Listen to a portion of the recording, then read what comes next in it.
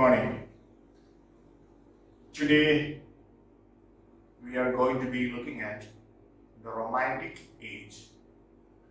We'll have three lessons on this age, two on poets, the first part on older generation of Romantic poets, the second part on the younger generation of Romantic poets, and the last on the novelists of the period. Okay, let's begin. As you know, the Romantic movement began with the publication of the lyrical ballads, a collection of poems jointly written by William Wordsworth and S.T. Coleridge. Romanticism in English literature, in fact, started with one of the precursors, like William Blake, though he doesn't strictly belong to, but he was in spirit a romantic. And then Wordsworth, and then Coleridge, and the other ones, Shelley, Keats, and Lord Byron. The first volume of lyrical ballads is The Rime of the Ancient Mariner by Coleridge, and the last is Tintern Abbey, known as Lines Written About Tintern Abbey. Okay, that's for examination point of view, the first and the last. Let's look at William Wordsworth. You know a lot about him. He is known as the high priest of nature. And as you know, Romantic movement was a reaction to the neoclassical age of Pope and Dryden, etc. Because they imitated the classical poets, their style, their diction, and probably even some of the theme. But Romantics wanted to bring poetry to ordinary people, and they wanted to use the subject matter of their poetry, choosing events from the lives of common people in their day-to-day activities, and they wanted to use the language for the poetry that of the common people. Of course, refined language. These are in fact the two major factors of Romantic poetry. Okay, and we know more, a lot about Wordsworth. Was a poet laureate from 1843 until his death in 1850, and his major works, lyrical ballads, as I have already said, jointly published, written by Coleridge and Wordsworth, and 19 poems by Wordsworth and 4 poems by Coleridge. This may be important for your exams.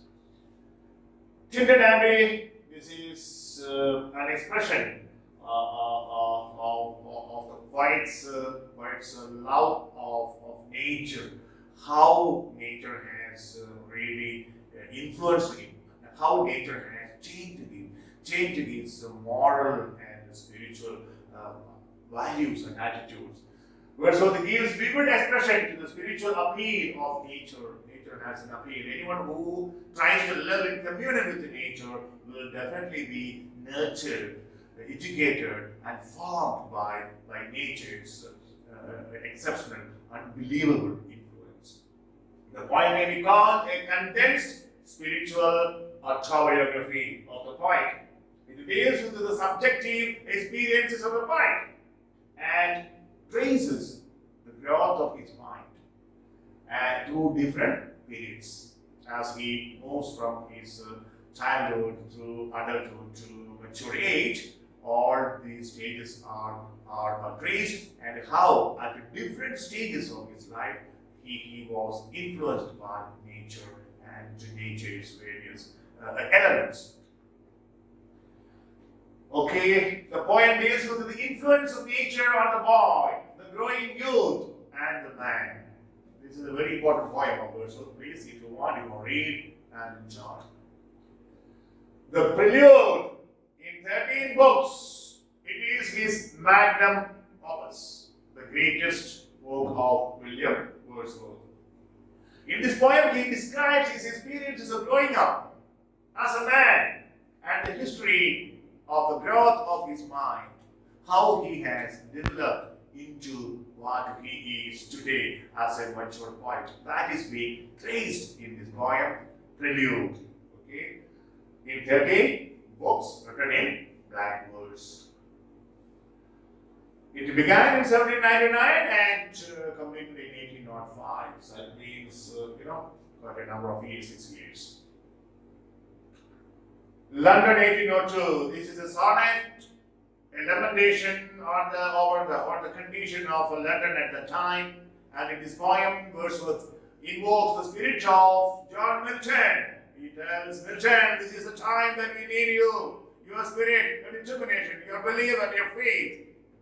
Your service is needed more than ever now to transform this corrupt, this desolate people, dissolute people. Okay, Wordsworth invokes the spirit and unassailable qualities of Milton, the kind of which are the urgent need of England to save her from decay and stagnation. Okay, London.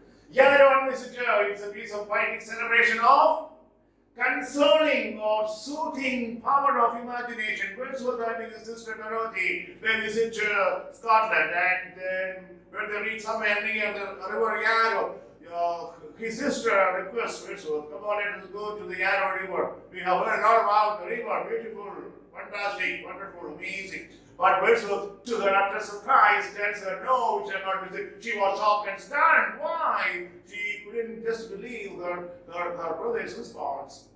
And then Wordsworth explains to her why he doesn't want to visit Yarrow. Because we have formed a picture, a mental image of Yarrow in our minds.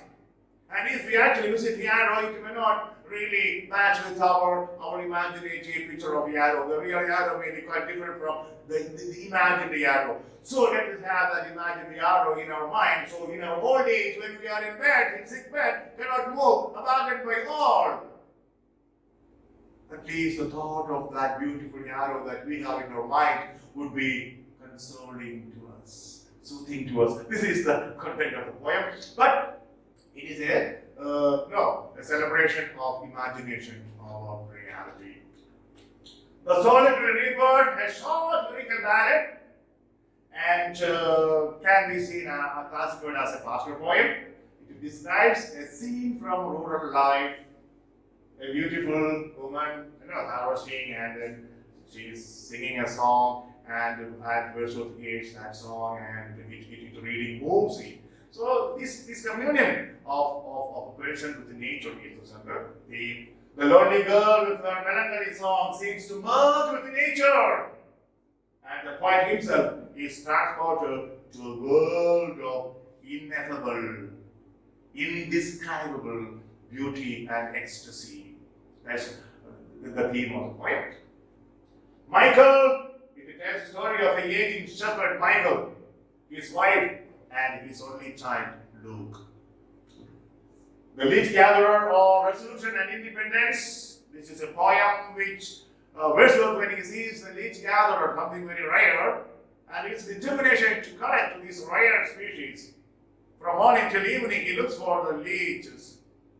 And Wordsworth at this time is quite frustrated, and he feels that his imagination is declining, and he somehow has to survive through determination and patience and confidence in himself. And the behavior of the leech gatherer, this poor man looking for a rare species, working from morning till evening, and his behavior inspires and motivates Wordsworth. Resolution and independence. Okay.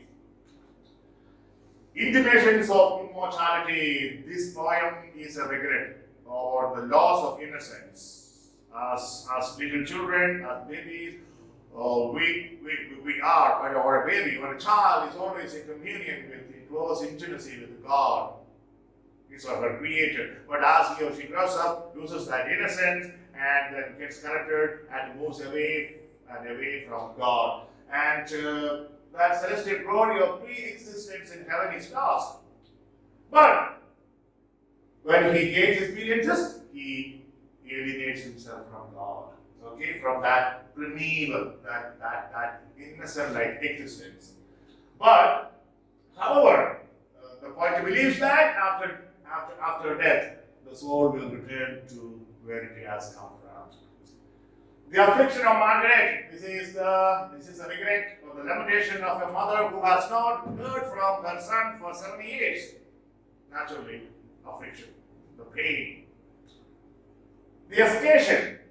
It's a 9 long philosophical monologues spoken by pastoral characters. Those characters are important. The poet, the wanderer, the solitary, and the pastor. These are the 4 characters in this poem, and they are monologues, philosophical monologues. You can read if you want. Okay. The action of the poem seems to take place over 5 days. It contains some good pictures and tales of country life. The poem can be seen as a source of spiritual strength in an uncertain world.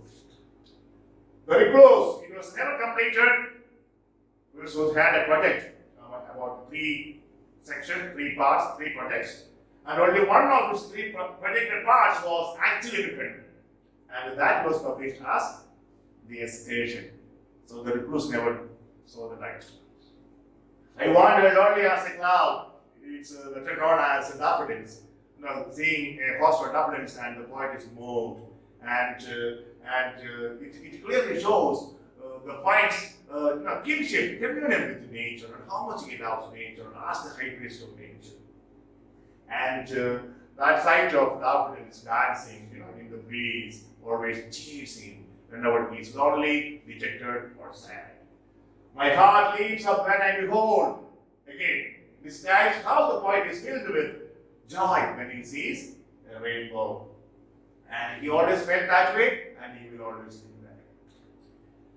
Preface to Lyrical Ballads, considered to be the romantic manifesto on poetry. And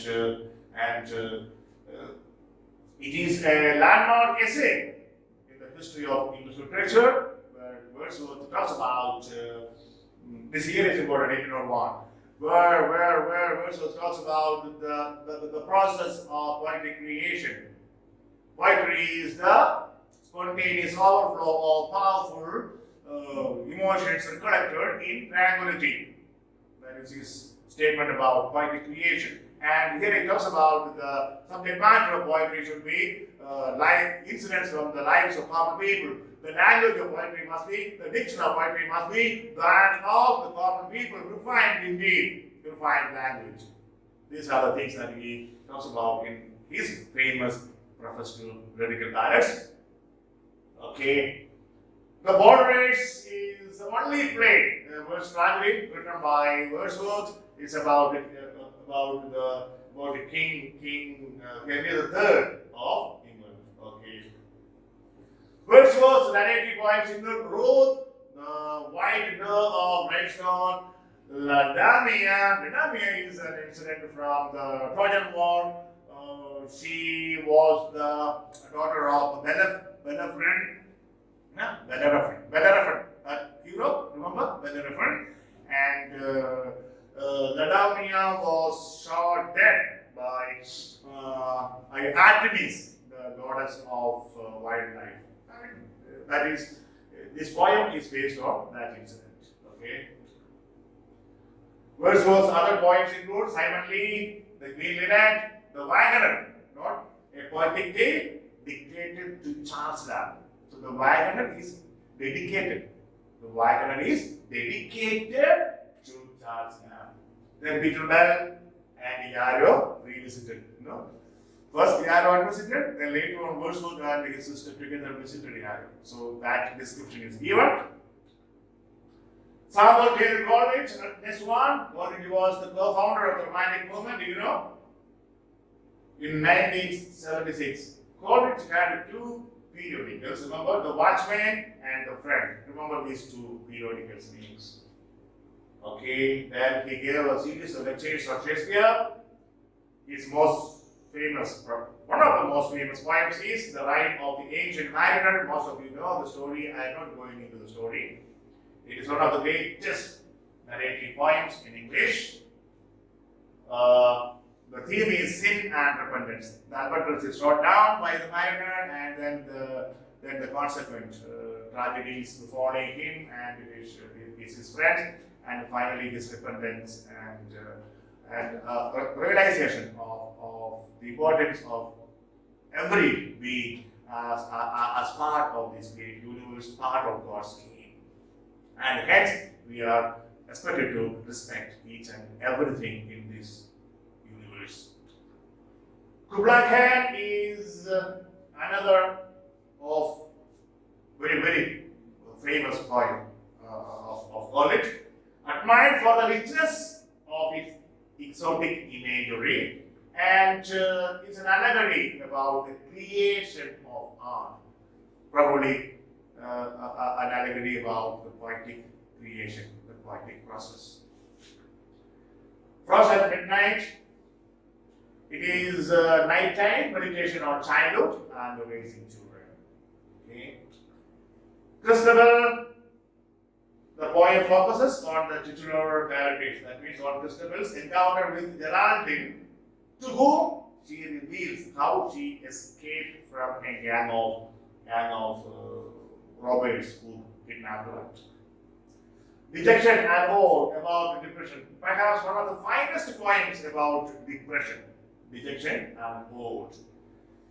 It was written when he was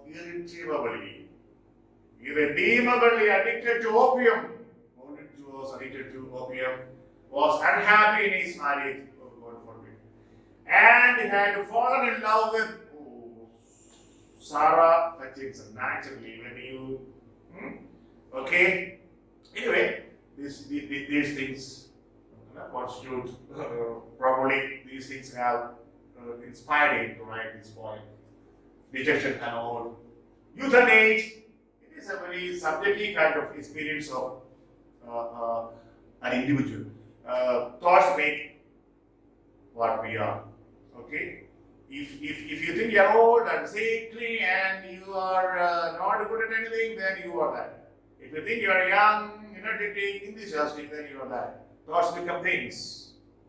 Famous statement. Thoughts become things. That is the theme of the poem, youth and age. The poet is not quite willing to accept that he is old. He wants to believe that he is young, still young, at least in spirit, and he will continue so. Sibylline Leaves, it's a collection of Coleridge's poems. Just not the name, it's a collection of Coleridge's poems. Biographia Literaria is one of the prominent critical essays written by Coleridge. There are 2 volumes. In the first volume, this is very important, he gives us a very good distinction between fancy and imagination. I'll send you a separate note on that. Okay, I'll upload something. Okay, very soon. Because it will take a long time, you can read and understand. He talks about fancy, he talks about 2 kinds of imagination, primary imagination and secondary imagination. Primary imagination is that faculty, maybe our senses, which gather impressions from external world. And once they are in that faculty, their secondary imagination comes forward and analyzes and synthesizes, separates and takes the best, and then we have the work of art. But that's in simple words. I'll give you a small handout. I will upload, okay? Now, next, other works of Coleridge are Aids to Reflection. This is a religious and philosophical treatise, and Table Talk, published in 1835 after his death. Remorse, originally it was titled Osorio. It's a tragic play in blank words. Remember Coleridge's tragic play. Remorse, or known as originally Osorio. Yeah, we have come to the end of this. 2 senior romantic poets, William Wordsworth and S.T. Coleridge. Just be familiar with their important works.